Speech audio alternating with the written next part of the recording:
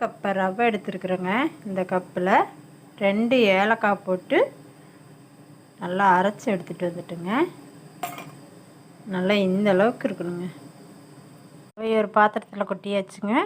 இன்னைக்கு 1/2 கப்பு வெல்லம் எடுத்துருக்குறேங்க. அது நல்லா கரைச்சி எடுத்துக்கலாங்க. 1/2 கப்பு கோதுமை பொடிங்க.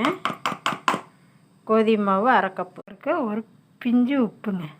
பாவை கொதிச்சிட்டு இருந்த பாவை இதில் ஊற்றிடுங்க. பாவு பத்தலை அப்படின்னா பால் ஊற்றிக்குங்க. கெட்டியான பால் ஊற்றிக்குங்க. இந்த பதம் இருந்தால் கரெக்டாக இருக்குங்க. பாருங்கள். ஆப்ப சோடா சேர்த்துக்குங்க.